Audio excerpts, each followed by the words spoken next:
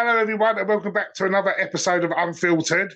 Now, this week we're joined by an author who's turning her crazy book series into a film. It's Dante. Hi, Dante. Welcome to the show. Hello, hello, and thank you for having me. No worries. Before we get into your project, I've just got a couple of get-to-know-you questions, if that's okay. That's fine. That's fine. Let's go. Okay, so the first one is, if you could trade lives with a character or a person for a day, who would it be and why? Let me see. If there were, I think the character that consumes the most chocolate would probably be high on my list. That leads on nicely to my next question. I don't know if it might be the same answer, but if you could only eat one food for the rest of your life, what food would it be? Well, by process of elimination, it would be chocolate. Yep. What's your favourite brand of chocolate? I like dark chocolate. I like Valharona, Calabo, and if times are tough, I'll have Godiva. You know how we like to suffer. I'm not really a dark chocolate fan. I'm more of a milk chocolate, so Cadbury's. I don't know if you've heard of the brand Cadbury's. That's my go-to chocolate. Next question is, you could speak to one species of animal. What species of animal would it be and why? Let me see. I am a lover of cats, and I had my wonderful cat for 19 years. Wow. I think if I could speak in cat, then I would understand some of her decisions more. And I think that, she would be more effective at ordering me around, Yeah, we have two cats, so they're just amazing animals, aren't they? I love them. Yeah, and they're smarter than people give them credit for. Oh, 100%. And what I like about cats as well, they can't be trained. So when they come to you for affection, it's because they want to, not because they've been told to. So it makes it feel more personal. So I like. Yep.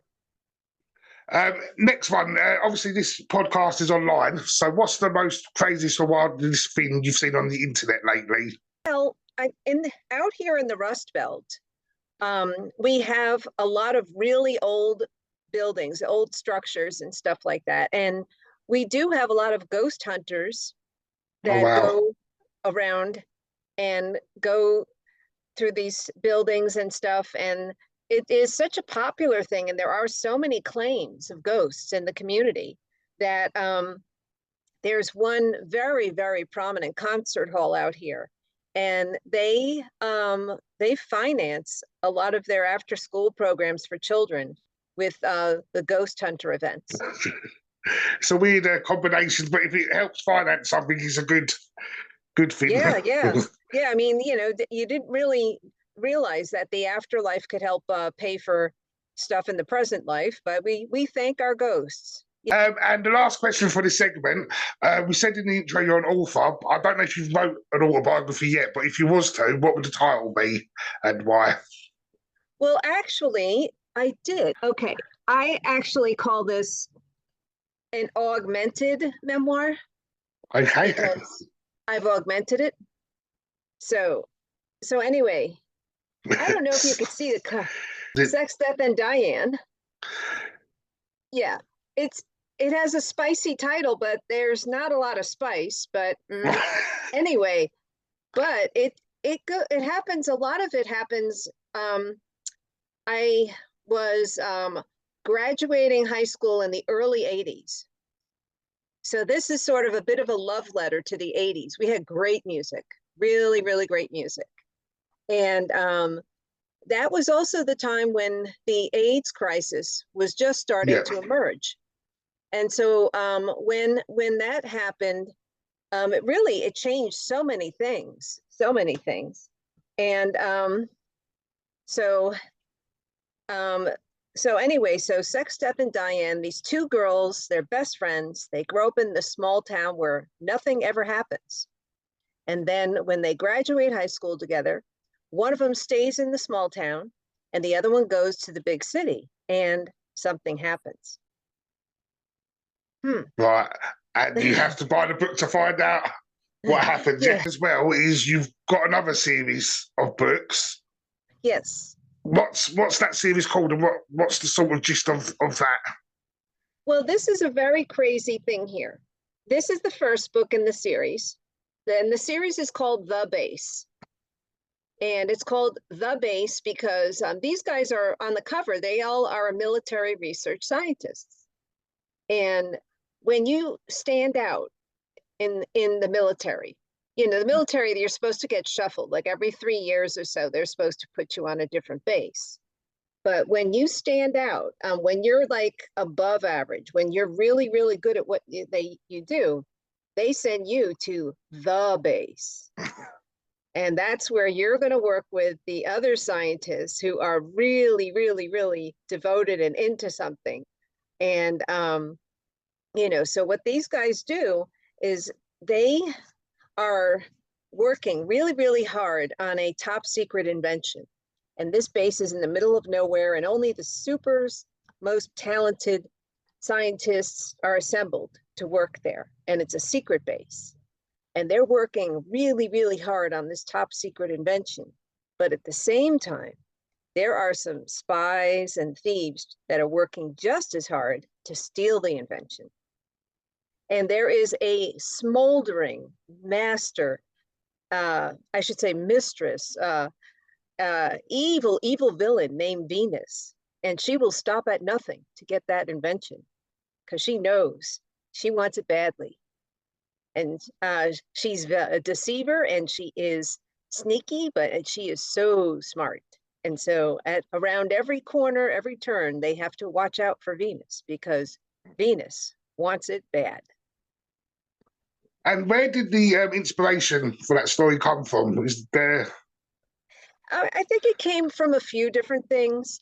I'm the daughter of a research scientist. He wasn't military, but I mean, you know, anyone nowadays, if you have an idea, someone is going to try to steal your idea. And if some person isn't going to try to steal your idea, then AI is going to try to steal you. Yeah, exactly. You know, I mean, why mess around with cloning when you can just get some AI person to impersonate you or whatever? It's scary. But anyway, so I was the daughter of a research scientist. There's lots of thievery and races going on in that industry. There's people trying to be the first one to come out with this invention or with this cure or stuff like that. And so that's very exciting. And but also I had been to a few military bases. I have friends on military bases and stuff, and I saw their lives. And you know, people are very close knit and they're kind of isolated somewhat. But you know, very, you know, coworkers, they kind of stick together and stuff like that. It was interesting. I was in a very forbidding climate in South Dakota, very, very forbidding climate. And they have a base up there. And just some really, really super intelligent people that could fix anything and do anything. And they were making things up there. And so that was really interesting. But also just, it was inspiring to be in that type of an area. I don't know if you've ever heard of South Dakota, but there's parts of it where, you know, blizzard season is about 9 months long. You get like 1 or 2 days of spring, and then it's time for tornado season. You know, Wow. Yeah, that can get a little crazy too, but you know, like I said, there's some areas where the climate is really forbidding, and sometimes they put military bases in places like that because they want to scare away the spies and the thieves. But some of those spies are very persistent, like Venus. And are the research scientists based off side of your dad that you saw, or just different people that you met to build their characters up? I would say different people that I've met over the years. And scientists are really, really interesting people. They're very meticulous. They're very exact about things. And so in this book series, what happens is the military will assemble a couple of these scientists. Like in this case, you see the 3 top scientists here. Yeah. The one in the middle, his expertise is on insects. So he's a military entomologist. And the gentleman with the helmet on, what he can do is he can animate anything that someone has made. For instance, if you made a small robot out of toothpicks, you know, he could command it from his device to do just about anything. He animates things. The other gentleman on the side here, Cullen, he makes like artificial cartilage. So you don't have to make it out of toothpicks necessarily. You can make it out of something nice and springy and bendable and stuff like that. So the three of them, the military furnishes them with a list every couple of weeks, and the list is for all of the attributes that their invention must have. Say, for example, like their invention must be able to work in certain temperature ranges, because those are the ranges they could encounter on a battlefield. And then the military, you know, gives other attributes that it should be like water resistant. It should be able to be translucent so the enemy doesn't see it on a battlefield. And so these scientists have to, all three of them, work together, put together their different styles and expertise to create something that fulfills everything on the military's list. And so they do. And they invent it, and of course the spies and thieves want it because sure, there's lots of buyers for that. There's other countries. There's not only other countries, but the cartels. There's so many other people that would want a device, especially if it is a device that can replace soldiers, because soldiers aren't always loyal. And so if you can get a device that'll do what a soldier does, and it's not going to talk back to you or try to, you know, steal your job or something, that's awesome. So but after they invent that device, it's time to invent another one, and it should have these attributes. And look over here, we have another scientist. And Madame, what can I ask is your expertise? Well, it seems that the fourth scientist, her expertise is on lightning. And so that is really fascinating because none of these guys are fighting with the traditional arsenal. Like a lot of people complain about American movies where everything is just solved with pulling a trigger. Well, if you have an expert on lightning and an expert on insects, that could be a lot of fun.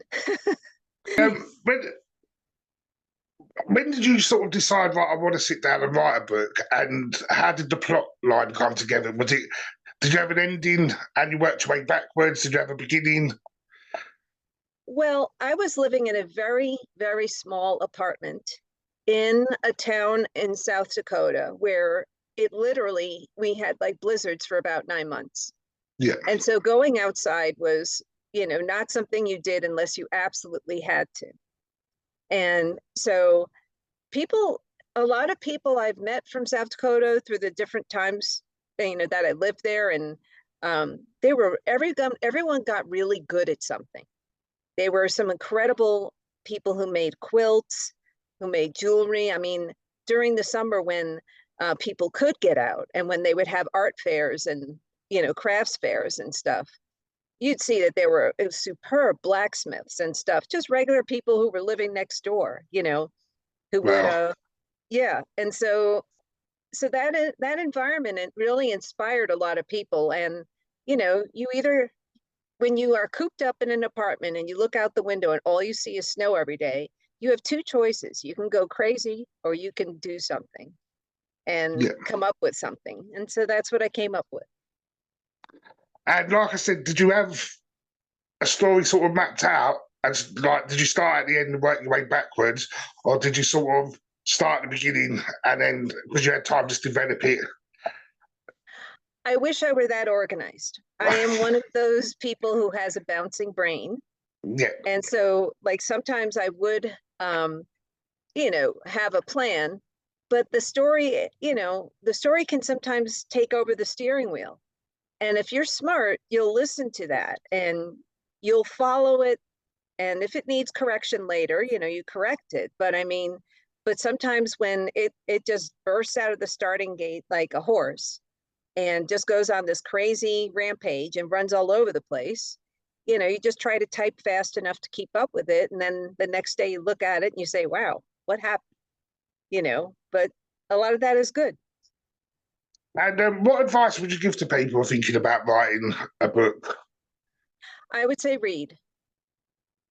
Always read something every day, because that keeps the language connection and the storyteller connection in your brain alive. It's very important to read and read from different points of view and stuff like that. Read every day. And you're also looking to turn this into a movie. How far down the process are you with that, and what's that entailing? That was what we have done so far is we have filmed a trailer. And a Right. trailer is, I'm sure you've seen them. They are bits and they're snippets of Yeah. the whole series. The books will be a 3-part series. And the trailer, I just, you know, filming is addicting. I mean, we want to make the book series into a streaming series. Right. But it was just so much fun. I mean, during the winter here, which isn't as bad as South Dakota, you can get out, but it's just dreary and it's uninspiring and people get really depressed. But it was such a rush to go into a restaurant and be like, okay, we're going to pretend that we're doing a heist here and that the villain Venus is here to like steal that device that it's being hidden. And then the last scene that we filmed, there's an actual search party out here, and they get called and they get a tip line and stuff. People tell them, you know, there's unsolved murders and things like that, and people call the tip line and say, you know, you should go look in this building and you should go look in this field and things like that. And there's abandoned buildings out here, and so the search party was a fascinating group of people, absolutely fascinating, because they have to, you know, listen to all of the voicemails that people leave on their recording, and you know, make a judgment about the validity of that, and then they all pile into their search vehicles, and they even have boats and stuff like that, and they go out and they search. They have found people. They had some incredible stories. And they took me to some of the fields. There's this one field that they took me to, and I took some pictures. I called it the boneyard. There were a lot of skeletons in this field, and I was ready, you know, to call the police right then and there. But then the search party head, you know, he's very skilled with anatomy, and he was telling me, no, those are deer skeleton. You know, they drink something out here, and you know, it makes them sick, and so some of them have passed on here. And but he knew the bone anatomy well enough that he could tell what bones belong to what. For me, get out of this car, and then we're in this abandoned field with these people, and I get out of this car and there's nothing around, no businesses, no street lights, nothing. Open up the car door, and then I see all these skeletons, and I'm thinking, oh my God, they're taking me out here to kill me. You know, what's going on? You know, but they, no, those are the deer, you know. That was so funny. So now you filmed the trailer, and are you in the process of writing the third book I'm about writing, all things? yeah, I'm finishing up the 3rd book in the trilogy, and we have finished all the filming, and now we are editing the trailer together. And so that will soon be on my website. And it will also be on a YouTube page that I started for the base. So, yeah. And my website is just with my name, Dante Terese. But the trailer was so much fun to film. Now we just have to take all those pieces and stitch them together. And if people want to get to the website or the YouTube page quickly, there'll be links in the description below so people can get there. But what's the overall plan? Is it to then release the trilogy, see how well that does, and actually turn it into a movie? Or are you going to just leave it with the trilogy and the trailer? What's the goal? Well, the goal here is the trailer is to the trailer is going to be used to get us to be able to do this as a streaming series. Yeah. So the end goal is hopefully like Netflix, Amazon, yeah, even off your webpage. something like that. Yeah. I'm fortunate. I get to stay behind the camera. That means I get to eat all the snacks. Yeah. But I also get to silence everyone's cell phones, like silence, silence. You know, it's amazing. Yeah, There, you know, people are in the middle of a scene and they're very suspenseful. And all of a sudden you hear Peter. You know. And what do you prefer, sort of writing your novels or directing?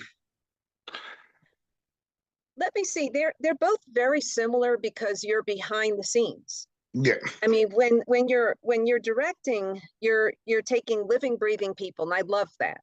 I love directing, and I love putting together the scenes and going out shopping for props. But then again, I'm a little too good at shopping. I mean, most females are. But anyway, oops, did I say that? But anyway, you know, getting the props and getting the people and all of that. And the writing, you're not shopping as much. I mean, you're typing all of this stuff out and you're correcting your grammar and things like that. Yeah. But just there's something about the energy of getting a lot of people together. Like we did a scene in my book series. You know, some people die and some of those people were bad. Well, we've always been told that if you die and you're bad, you're going to hell. Yeah. So in my book series, there is a fair amount of people who actually go to hell, and I have a lot of fun with the concept of hell.